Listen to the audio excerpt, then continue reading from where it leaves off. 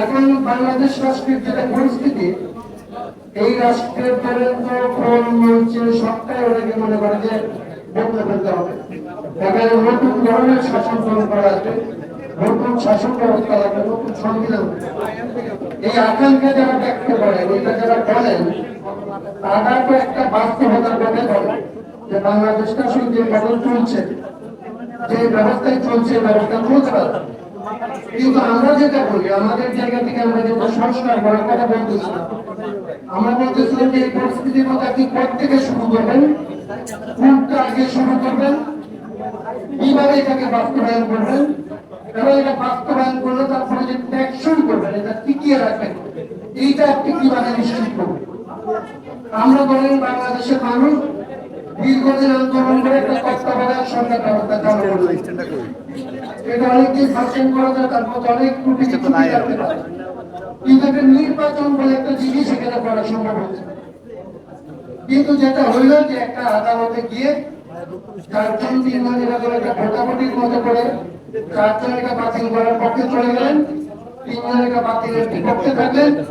বাংলাদেশের মানুষ 15 বছর ধরে যে লড়াই করলো, সংগ্রাম করলো ভোটাধিকারের জন্য, জীবন দিল, তাদের সমস্ত বাতিল হলো। আবার 15 বছর 16 বছর 17 বছর একটা ভোটারবিহীন অবস্থার মধ্যে একটা সরকার বসে থাকলো, এবং তাকে সরানোর জন্য হাজার হাজার মানুষকে আহত হতে হলো, অন্ধ হতে হলো, হাজার মানুষকে আসলে জীবন দিতে হলো। এই যে পরিস্থিতি হয়, মানে আমরা একটা জিনিস অর্জন করি, তারপরে এটাকে টিকে রাখতে পারি না, এই জায়গাগুলি আমাদের আসলে নতুন করে এবার জেনারেশন পরিবর্তনটা হয়েছে। তারপরে আমরা যে পরিবর্তনগুলি করতে চাই, সেগুলির ব্যাপারে সতর্ক দৃষ্টি রাখা দরকার মনে করি। আমি সেই জায়গা থেকে 2-3টা কথা বলে আমার কথাটা শেষ করব। প্রথমত হচ্ছে যে পার্লামেন্ট নিয়ে যে কথা হচ্ছে, এটা দুই পক্ষ বিশিষ্ট হতে পারে। ভোটের যেটা কথা হচ্ছে যে আসলে ভোট এরকম সংখ্যানুপাতিক হতে পারে, সংখ্যানুপাতিক এবং ধরেন এই বর্তমান যে পদ্ধতিটা বিস্তৃতভাবে হতে পারে। এগুলি নিয়ে অনেক আমাদের একাডেমিক পর্যায়ে আমাদের রাজনৈতিক মনে এই তর্কটাই চলতে পারে। কিন্তু বাংলাদেশে প্রথমত যেটা আসলে একটু আগে আমার সাথে বাংলাদেশে কি কোনো সংসদ আছে? বাংলাদেশে তো অনেক নির্বাচিত সংসদ আমরা পাইছি। এর আগে তত্ত্বাবধায়ক সরকার আমলে নির্বাচিত সংসদ ছিল, নির্বাচিত সরকার ছিল। ওই সময় কি আসলে সংসদ বলে কোনো জিনিস বাংলাদেশে ফাংশন করতে পারছে? এটা যেটা প্রমাণ করলেন যে বাংলাদেশের সংসদ কাজ করার মতো লোক পাওয়া যায় না, বিষয়টা তো ওইখানে সীমাবদ্ধ।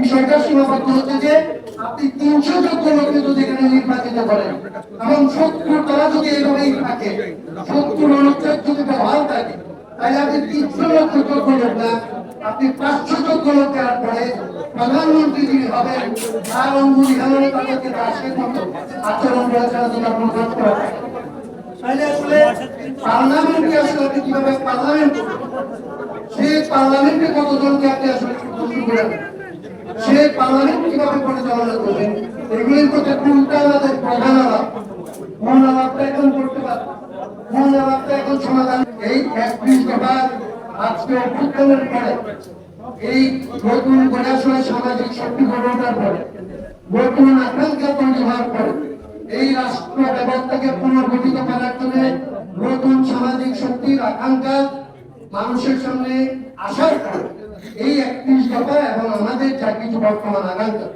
এগুলিকে পুনর্গঠিত করা দরকার, রিভিউ করা দরকার, এবং আমরা এই মুহূর্তে কোনটা করতে পারবো, কোনটা করার ব্যাপারে আমাদের সবার মধ্যে ন্যূনতম ক্ষমতা আছে। সমস্ত রাজনৈতিক দল, সমস্ত নাগরিক সমাজ, সমস্ত মানুষরা অন্তত কি কি পরিবর্তন এই মুহূর্তে প্রয়োজন, যেটা না করলে আসলে এই আন্দোলন ব্যর্থ হতে পারে, সেইটাকে চিহ্নিত করার জন্য উদ্যোগ নেওয়া দরকার আমি মনে করি।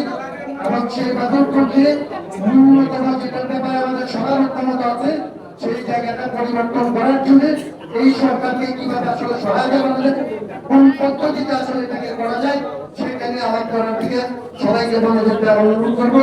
এবং আমাকে এখানে কথা বলার সুযোগ দেওয়ার জন্য এবং এতক্ষণ সময় দেওয়ার জন্য আপনাদের সবাইকে আবারও কৃতজ্ঞতা জানিয়ে আমার কথা শেষ